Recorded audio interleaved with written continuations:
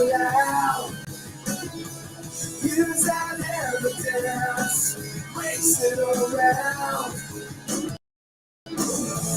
There was my hero, watch him as he goes.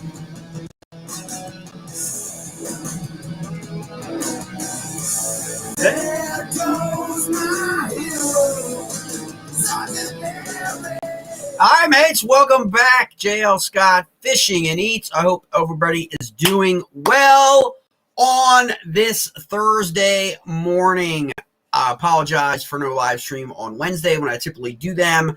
However, I had an awesome opportunity to get out on the lake in a new kayak. And I believe it's a new model, actually. It is from Crescent Kayaks, and it, I believe, is their new, for 2023, their 2023 model for their light tackle. Obviously, that's the Shoei is the top now in the Crescent family. So it's like the next tournament. And as a river fisherman, Crescent is one of the most phenomenal kayak brands, I think, on the market for those folks who like to fish really skinny water.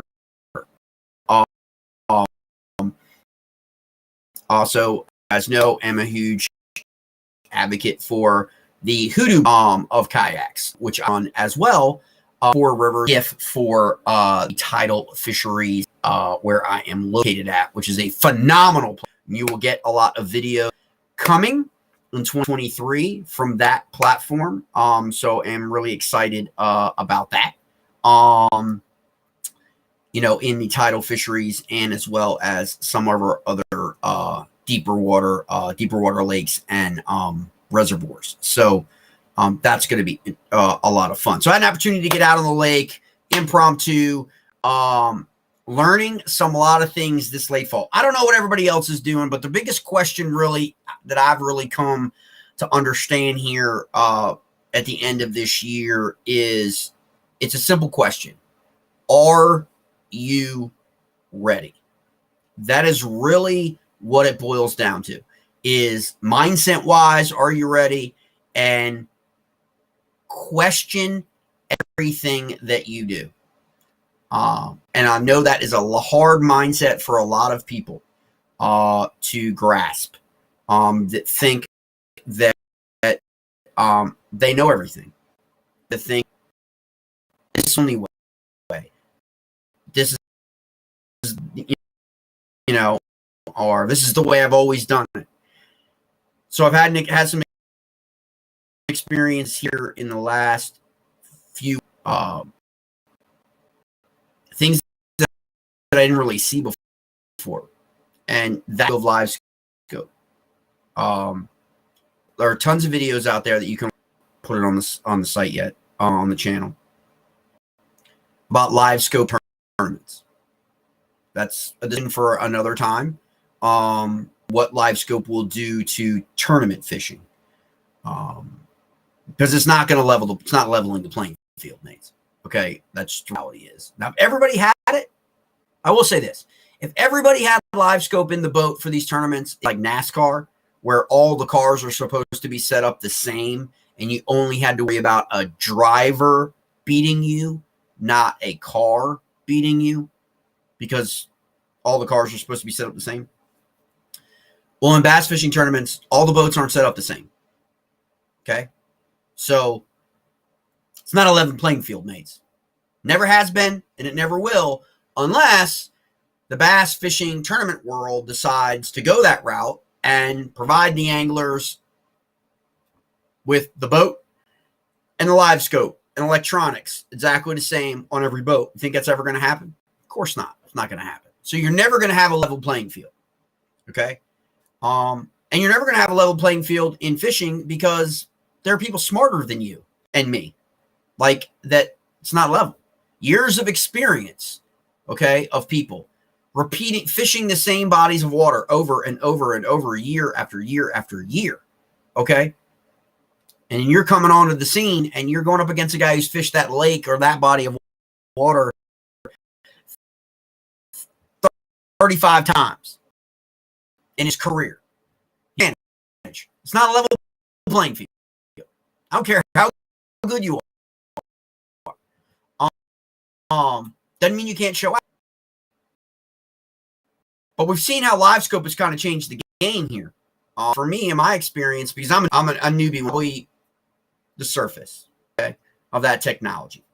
But what it has done is it's opened up a window into understanding something that I think is going to be translatable now, mindset-wise, for whenever any of us go fishing.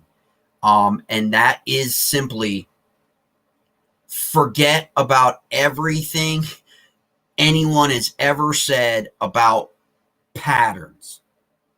Patterns. How often have we heard that word? Patterns, right? What's the pattern, right? You know what Livescope does, mates? Livescope shows you it's about locations. It's not about patterns. That's what I've learned in the last few weeks, being able to experience these mates who have dialed in Livescope for BFL event, for Tackle Warehouse, old Tackle Warehouse, events for MLF, and having that opportunity. Is it's less and less about patterns. It's about locations. It's about finding that location, scanning that location, and targeting that location. That's what Livescope has taught me about changing my entire mindset, how I approach a fishery. I still approach it like everybody else. Like, what's the water level? What's the water fish during these other times? We try to outthink everybody, right? We try to like the smartest guy in the room, right? Like, chip on our shoulder, I got this lake dialed in, right? And a lot of times, a lot of guys don't have it dialed in. And you'll watch it subtly change. If you watch a tournament board, for example, guys are like, boom, up here, and then dropping down as the days go by, right? These 3-day events, these 2-day events. Guys come out the gate rocking in a kayak tournament with like 95 inches, 90 the first day, and then on the second day they drop 70 or 60 or 50, right? And people just move up, people gloss over, like, oh, I just had a bad day. I just, my fish weren't, my fish weren't there. My fish weren't, really? They weren't there, right? Location, right? So we think about things in terms of pattern sets, patterns, right? But these fish, we think about these movements, we think it's a pattern, but really what I found now is it's almost like location. Find 2 or 3 that secondary point or that, and find the next. Maybe it's struck channel edge. Maybe it's different times of the year, not now. Maybe it's a grass line. It's something that's different, but yet in closer proximity. Location has nothing to do with the pattern. Okay, they move from a location to a location. Okay, and that is kind of what Livescope kind of was when you're looking at that, depending on the gain and what you're doing. I'm learning is looking at say a fallen tree timber structure, breaking that tree apart on where they're aligning on that tree, right, underwater, and then targeting those fish via Livescope that you would never probably get if you weren't using Livescope.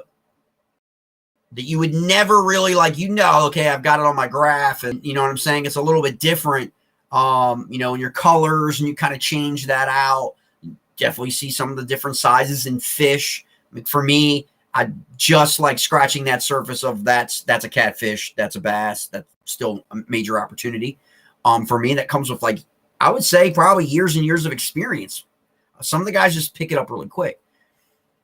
But what Livescope also does is Livescope also educates you on behaviors, on how fish approach a bait, how they stalk a bait, which is going to impact like in terms of you enticing. So right now, I get asked a lot on messages and stuff in like best baits for December, right? Like, Jay, what are you throwing in December? What are you throwing? What have you been throwing? I saw that big fishy. What were you throwing out there? I'm a huge jerkbait guy anyway, but this time of the year, I'm a big jerkbait guy. But there are other baits in December, in January that you should be utilizing that you might not even think about because of the old school mindset of, well, you don't throw that in the wintertime or, those kinds of things. Obviously, if it, as the water temperatures continue to drop, like weather here's been in the mid 50s. We've had some rain, so it's been perfect for like jerkbait. Okay. It's been perfect to be able to experiment with that with Livescope to kind of see how that works. Plan that out and a couple things with jerkbaits that you basically have three kind of categories for jerkbaits, right? You've got your natural type jerkbait, depending on what size you're running, translucent jerkbaits, and then you've got your metallic, like your just gold or your silver jerkbaits that just work, right? And different scenarios, the flash on those. So you hear that a lot. A lot of people will say flat, like jerkbait and flash kind of go together, right? Because it really is a difference between action and coloration. Okay. There are times, depending on the water clarity, where color of your jerkbaits matter.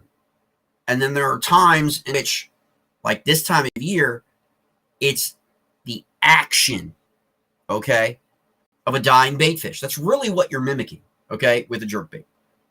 In one form or another, a isolated bait fish or a struggling bait fish in the bait ball on the fringes, and watch on Livescope as these bass circle, okay, and stalk these bait balls. You will learn a lot about the behavior of how you can pick apart bass with Livescope that you never would have probably thought in your head. Like you can see the top, you can see at the top of the water, the bait fish are busting up, right? Where would 90% of us throw to? Right? In the mix, right? That's what we've been preconditioned to do. Like Livescope, depending on we got it on 80, 60, 80, gradient, like in terms of where you are, you're seeing the fish on the edges around, stalking, waiting, not just diving in the middle of that bait ball like we think, because we've seen underwater footage and it's great footage, and we think that like that is the norm, right? That's just what bass do. Bass are lazy. Okay, largemouth bass are lazy.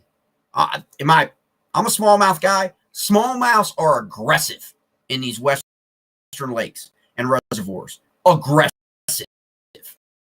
Okay. And we'll just run right on through. Okay, you can see that 80-degree turn, wolves, in my opinion. And that's what I'm seeing, at least here on the Livescope, which opens my eyes to other areas that I have not been casting to with a jerkbait or crankbait. Okay, and I did a video earlier to show you guys like what I learned that I never would have learned had I not had an opportunity to see Livescope Plus in action. Okay.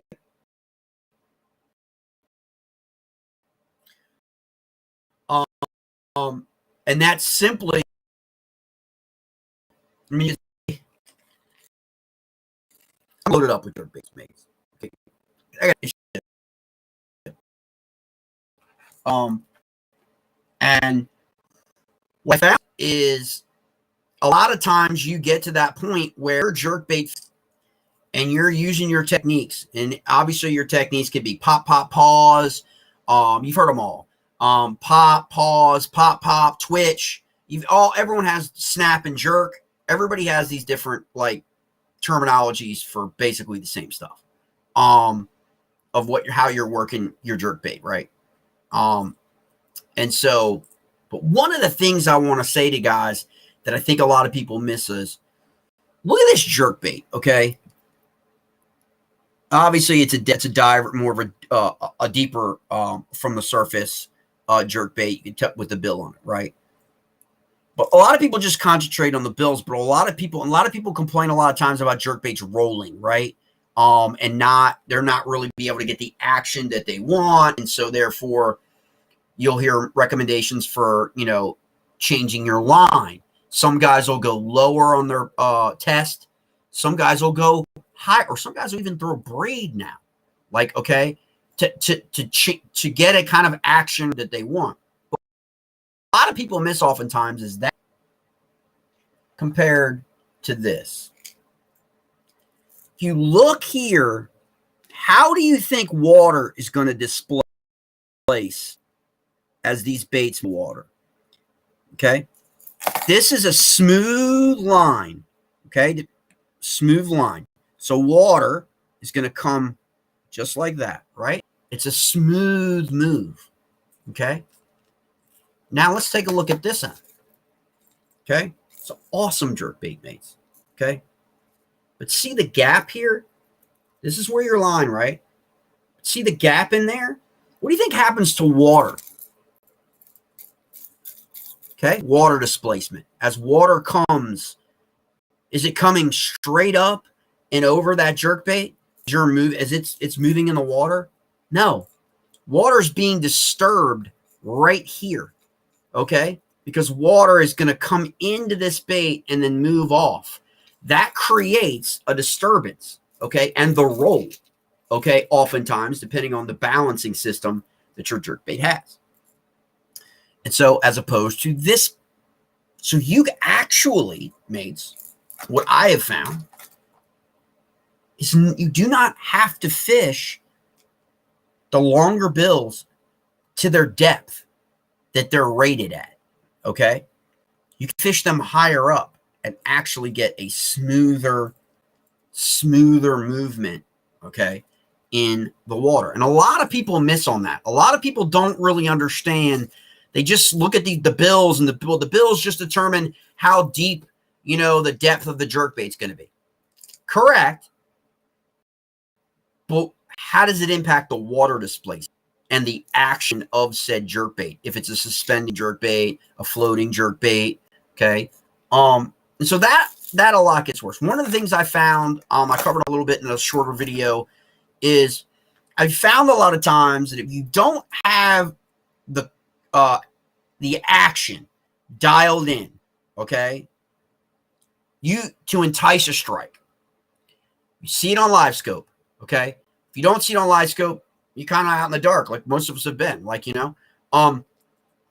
they're following it, okay? They're following it, but they're not striking, okay?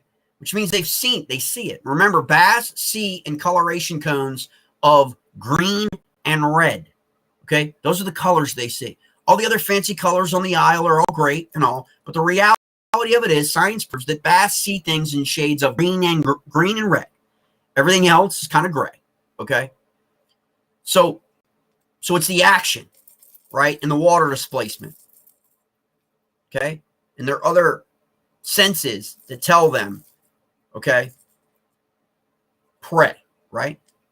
But you're getting it, they're following it, and you're not getting the strike. And this is what I found, and I would not have found this out without jerkbait, without a Livescope last week, wasn't getting the strike, okay? A lot were following it, but they weren't striking, okay? So what I switched to is this one. They're painted exactly the same. They're the same pattern, just different action, different depth level as well, right? And so I got the strikes here in the deeper zone.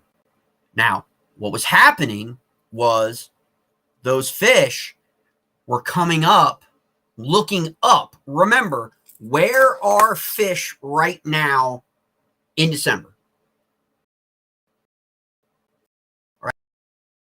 Right? Are they out chasing chatterbaits for the most part? Are they on top water? They on, they busting up on frogs? Or they do no? Okay, because they know the grass is dead or dying out. Right? Their predominant grass typically grows first. Okay, and feed up or all the bait fish and all that stuff all water suspended. They are right. Is easily discernible by your graph, right? Or your Livescope. Okay. So they're looking up at the bait fish. Okay. Bait fish. They're looking up. So they're coming up. See that, right? Turning around, right? So you want to get that average level on that 18 feet. Okay. That's where they tend to be. Or they tend to be deeper, 20 feet. Maybe there's structure down on the bottom. There's a tree, big tree, whatever that they're, aligned to. That's when you go to, okay, I'm going to get down deep. Okay. And so some of the bait for me, this is really the only time of year that we'll utilize these baits because of how I fish. Okay. And I always start off by letting fish different baits. Fish different. Don't fish like everybody else, or you're going to get like results everybody else, right? Fish different. Find new ways. If you're in the upper bay right now, where if you're in the upper bay, northeast, Anchors Marina, Northeast River, into the upper bay, where are the bass right now? Well, the bass are structured. All those docks, adjacent to all those docks, 20 to 25 yards of that docks at a drop off, that's where they are. Okay, get that. In 12 to like 18 feet of water, right? Largemouth bass in that particular circumstance, not smallies. Okay, and this is the only time of year where I throw this size crankbait. I almost never throw this except December, February, when they're in deeper water. Right? I got them old school. Okay? Been fishing for, okay? I still got big O's, man. Old big O's. That's from the 80s, late 70s, 80s. Big O's with big bills on them. They can get down there, right? But I predominantly just go to something in the spring. I'm more of a lipless guy. Then I'm still throwing the jerkbait. Then I'm going to, I get away. But during cold water months is when I know they're going to be in deeper water, and that is when I will throw this. Okay? I'll give you a prime example. Coming up here, February, Lake Murray, KBF. Okay? I fished Lake Murray dozens of times. Okay? Boater events.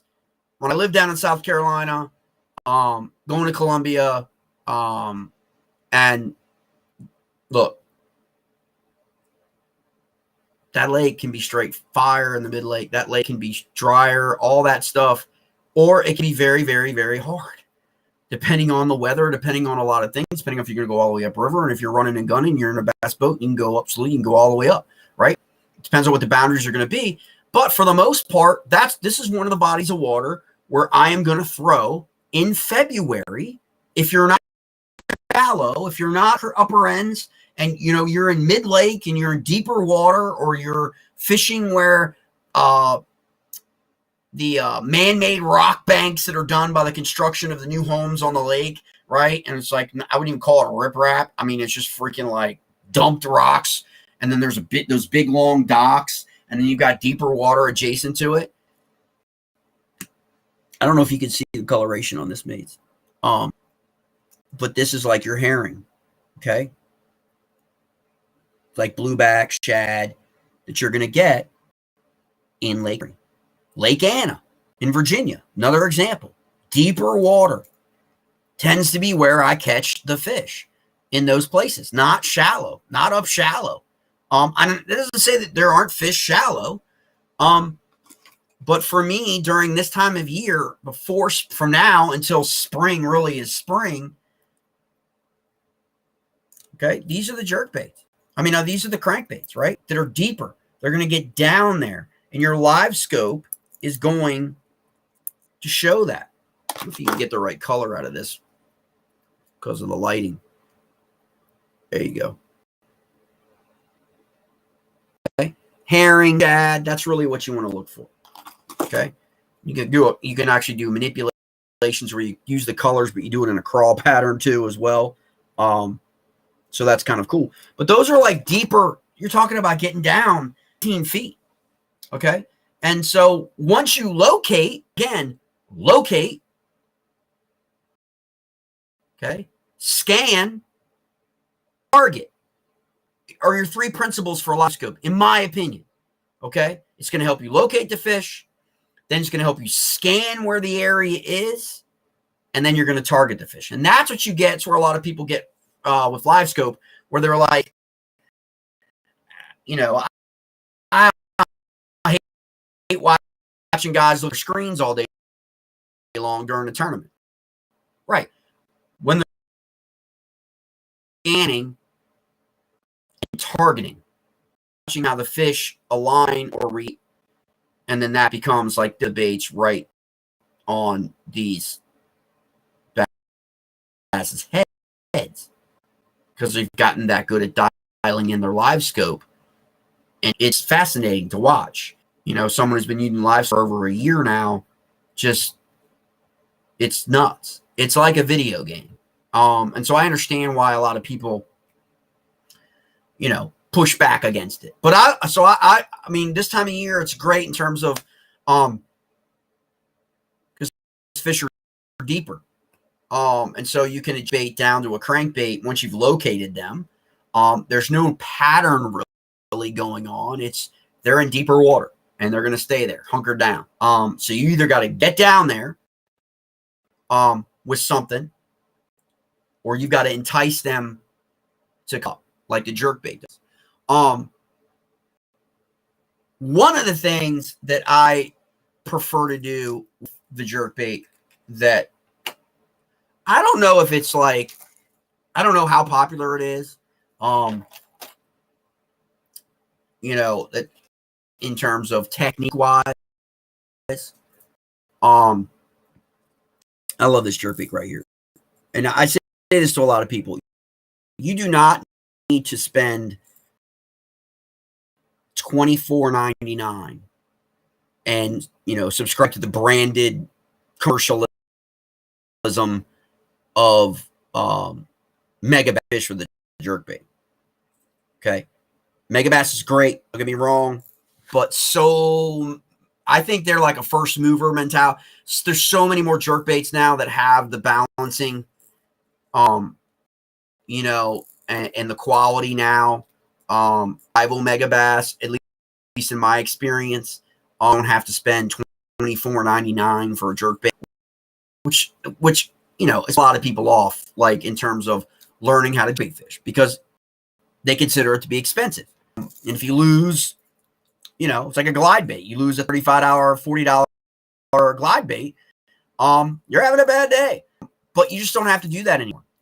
There's so many out there that are okay, and that will cover the same amount of depth as in that 3-foot range. A 110 plus 1, which you about 3 or 4 feet deeper than the 110, and then a 110 plus 2, which gets you down to like 12 feet. A lot of people are blown away by the patterns of Megabass because they're kind of cool. And I know quite a few people who collect. These Megabass have never seen water, mates. They collect them. Okay, they'll never throw them. It's it's one of those things. It's like a niche kind of thing, but you certainly don't have to spend $24.99. Okay, on a Megabass. Okay, you just don't. and options out there, and I can direct you to a bunch of options as well, for sure. But you want ones with the rattle. You want ones, to be able to cover the different depths. You just don't want to go with one depth, because you don't know where the fish are going to be when you're out there, because every day is different. But one of the things that I like to do, it's been successful for me, and I can only speak to my own success, is I'll throw jerk baits on spinning gear. Everybody knows I'm a river rat. Okay. I prefer my spinning gear to a bait caster. I just do. I know I get it a lot of times. People think, oh, you're crazy. You can't throw that on a spinning rod, blah, blah, blah. Because we come up with all these things of accepted things. We've all been ingrained in us because we've been told this by people that we respect, or because they won a tournament, or because they've won a lot of money, that they become an expert or an authority on stuff, when the reality is you need to fish your skill set, your comfort zone. Obviously, there are some impediments to certain situations. Your rods have a lure weight spec. Your rod, all of that stuff comes into play that you need to respect, obviously. But for me, I like to throw my jerkbait on spinning gear, and I like to just use the twitch with my line. Okay? Some will tell you it's a rod. If you're a bait caster, it's a rod tip. Okay? It's placement of your rod, and it's your rod tip, right? Okay? And so, the standardized, and I agree with what's been said, like 6'6" to 6'10" is the perfect rod size, in my opinion, for jerkbaits. Medium actions. But sometimes I'll throw it on a medium heavy rod with my spinning gear, okay, and not care, and catch just as many fish. So I'm not a big subscriber to this pigeonhole you into, this is the gear you have to have for this and this and this and this. I think a lot of times that's all more about marketing and sales than it is about reality and science, in my opinion. So I fish different, okay? And so basically when I'm with that jerkbait out there, I'm using the line. With the slack, you've got a lot of stuff like that. If I'm fishing for smallies in Western Maryland reservoirs, I'll use the line with my offhand, right, to create the action, not the rod tip. I'll keep the rod tip stable, and I'll use my hand to jerk the line, okay, to get a different action to entice a strike, as opposed to, the twitching of the rod tip, okay, which a lot of people, typically do and recommend. So it just creates a different kind of that bait in the water, because you're keeping your rod at a certain degree, but you're jerking the line, okay? And so that line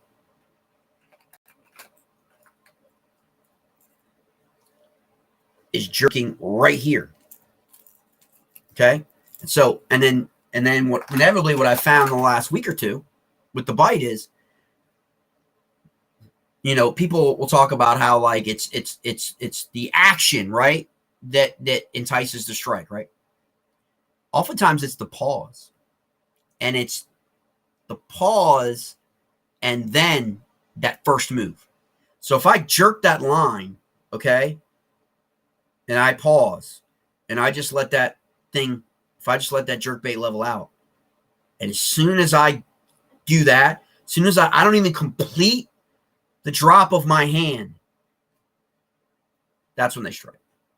So it's that pause period, getting that pause period dialed in, your 5 count, your 6 count, your 10 count. I know people who will keep it flat for 20 seconds. Okay. I don't have the patience for that. So, and then just that twitch, they strike because they think it's going to go away. They know instinctively that it's about, that bait fish is about ready to go away, or move off. And so that's how you have to look at it. And so there are any number of ways that you can fish these baits, mates. But we get pigeonholed and dialed in and accepting one traditional way. And then when something new and innovative comes out, we're all blown away by we move to that. And then we move to that. And then we move to that. All that is just successful marketing and branding and promotion. and all that. And we forget a lot of older techniques that always worked. They just weren't new and shiny. And so I try to incorporate a lot of those into fishing. And, you know, your slack ratio in your line is still a big component. It really is. In terms of how you manage that and the differences in a lot of the balancing system in a jerkbait, from like Megabass to a Jackal, Flash Pointer, you know, how that works, what you're doing is what you're doing with your rod, okay, or how you set up your rod with your line weight, okay, counterintuitive to the balancing system of weight. And then, of course, if you change out, right, they've scientifically tested their drills. If you change out their hooks, okay, or any bait's hooks, that science is all out the window, because you've changed the balance of what they're telling you in relation to their balance, okay? And so you want to do something in that bait exactly the same way as it would right out of the package, scientifically performs. You know, in terms of the jerk. So right now you got baits for December. Jerk baits, obviously. Blade baits, obviously. Okay. Blade baits are a little heavier, gonna get you down deeper. Blade baits often have the flash, okay, that you want. Silver and gold, just, you know, lights out. But you can probably throw a blade bait, you know, throughout the whole year. People just get away from it after spring, like come springtime. Now, and if you think about it, it's really not all that different than a lipless crankbait, right? Like, you know, but a lot of people like will not throw a lipless crankbait this time of year. I certainly would. And then the impoundment right now here in Maryland, or I should say reservoir, this mirrors the bait fish in like half a dozen lakes. Lake Wild, Lake Needwood, Piney Run. I mean, it just does. Or its sibling. I want to go a little deeper. Okay, depending on how deep the water is in the reservoir at the time, you know, that I'm targeting fish. That's how you have to do it. And so those are things that you want to do. But then when you also could do with the jerkbait setup, mates, that a lot of people sleep on, switch out to a swim bait. Same. Use a line. You know, I mean, for the most part right now, I mean, I'm already getting my stuff for Lake Murray kind of separated out and kind of like doing some things here on some lakes and reservoirs for Lake Murray. But these are baits that I will throw at Lake Murray. Okay, because they are paddle tail swim baits that mimic herring, shad, and bluebacks, right? And so again, you can fish these the exact same way as you're fishing your jerkbait, and a lot of mates don't do that. Okay, you can use the method. Okay, you can use the rip method, pause method. You certainly can do that. And it's fun to see how the bite changes. Okay. I prefer, like I said before, with that method is I'll throw this out and I will use just on my line. Just twitch my line, pull my line down and let it pause. Down. Do the same thing that I would do with a jerkbait. And it's just a different action in your paddle tail swim bait. Even if you have it rigged traditionally with a jig head, right? To get down there, you're pulling that line. You're creating and action at the same time. Now, when I'm pulling that, I'm also moving my rod. So I want there to be a twitch in the movement. Okay. And so that's another unique presentation. And then when you're going for, you obviously can do the line through on the bigger ones.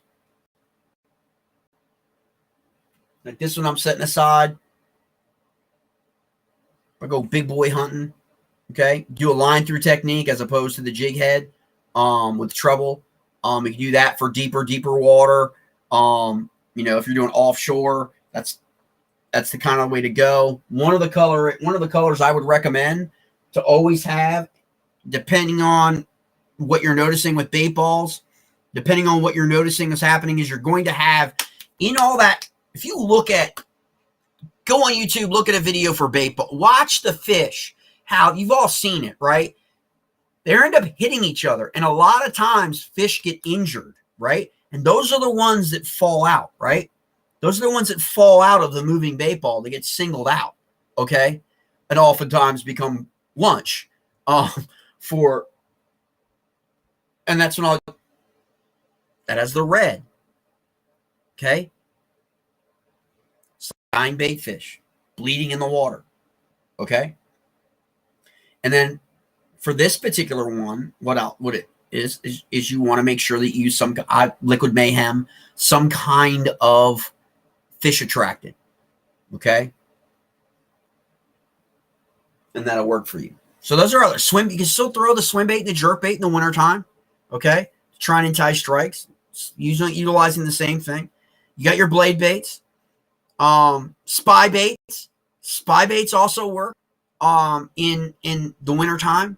I know it's like an older kind of technology, like mindset. Spy baits. Who throws spy baits, Jay? Nobody throws that anymore.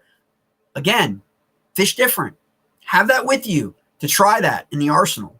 Like too many guys just go out with a chatterbait nowadays. That's all they have, chatterbaits. They're just going to throw a chatterbait all day long, right? And there's a place for that, and you got to ask yourself, what time is it now? What time do you use that? To utilize that. Is it today?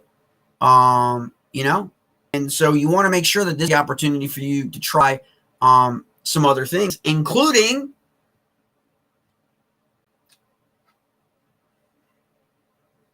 tube fishing. A lot of guys still get intimidated by tube fishing. A lot of guys that fish rivers do not fish tubes. Okay. But you can fish these in your impoundments, in your reservoirs, and in your lakes. Okay. So don't sleep on that to get down there. If you want to do some of that fishing in the wintertime. And then finally, like yesterday, the fish in the 2.5 to 3 pound range, they're like in 8 feet of water. There it is. Throw the jig. A little bit different. Any kind of different jig. Different than there's different action. It says the paddle. That's a hard paddle tail. Okay.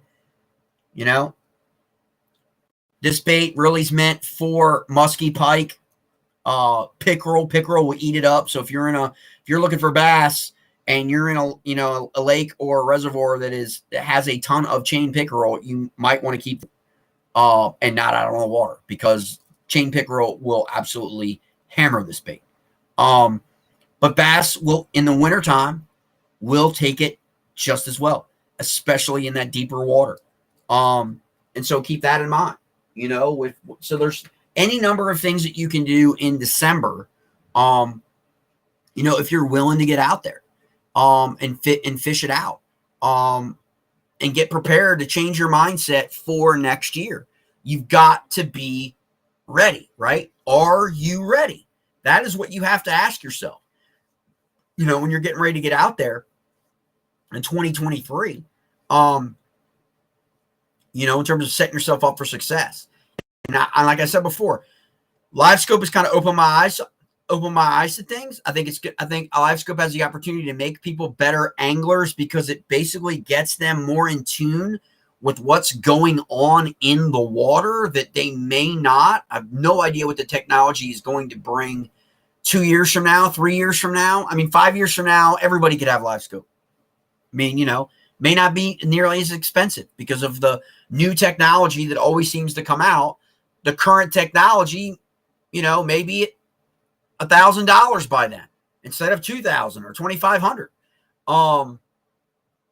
And so you want to think about that in terms of, whether or not you want to go that route or not. Do you have to go that route or not to be competitive in tournaments, for example? I mean, plenty of people have won tournaments without Livescope, mates.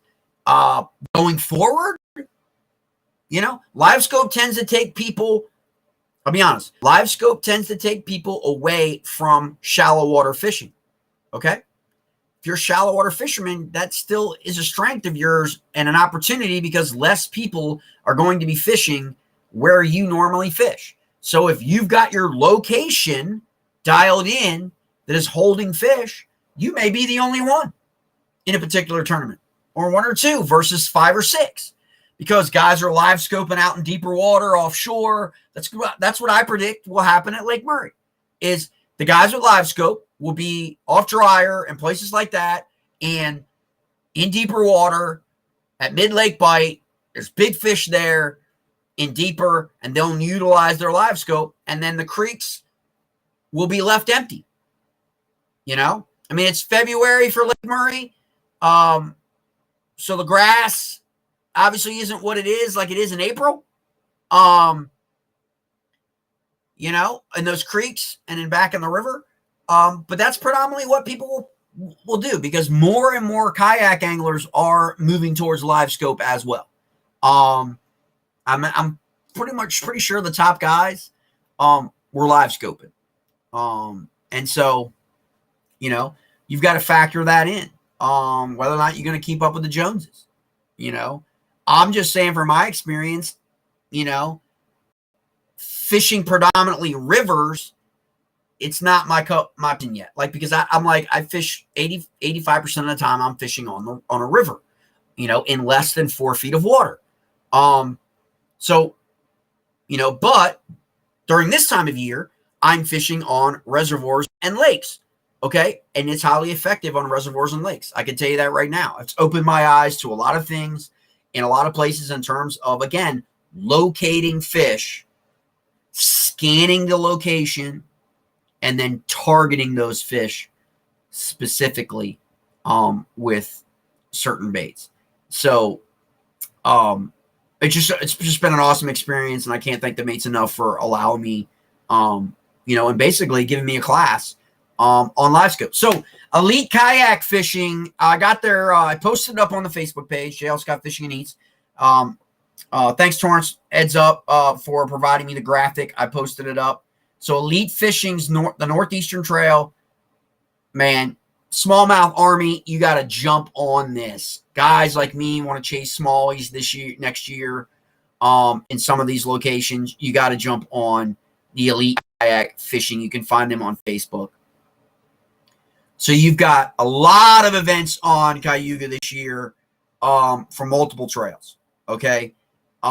This is up New York, okay? So you've got Cayuga, you've got Lake Champlain, okay, which is not on any of the major schedule. You've got Connecticut River. You've got the St. Lawrence River. Not sure what the boundaries are, what part of the St. Lawrence. Have to stay tuned for that. They also have up in Maine, which I call Snow Pond. I'm not sure if that's part of. There's a bunch of ponds all up in there, in that section. For up in Maine, which to me, like, you've got all these great fisheries up there, like like Winnipesaukee. I don't think any of the major trails this year, but last year was totally straight on fire. Early summer on into September. So there's some trails up there. If anybody has any more trails, please message me via Facebook, JL Scott Fishing and Eats. And I'll get them posted up for people. I just posted up some of the West Virginia trails. And we've got the Virginia ones. We've got the Mid-Atlantic for Maryland. We've got some of the Pennsylvania ones. Waiting on Hudson Valley. Probably after Christmas. They'll post their trail series up for that series on Chaos Tourney X. Both for Tourney X right there and across the horizontal at the top sub, and then location, and then Fishing Chaos. You can club or partner on the left hand side. Click on that, and then a bunch of the clubs will come up, and you can just scan through on those app platforms for your phone. So that's like where we're at, mates. I hope everybody's having a great day. I apologize again for not doing the live stream on Wednesday from the midweek rant. But I wanted to make sure I wanted to hop on today, spend an hour with you guys. I totally appreciate all the feedback we're getting, all the messages. If you haven't already, hit that subscribe button.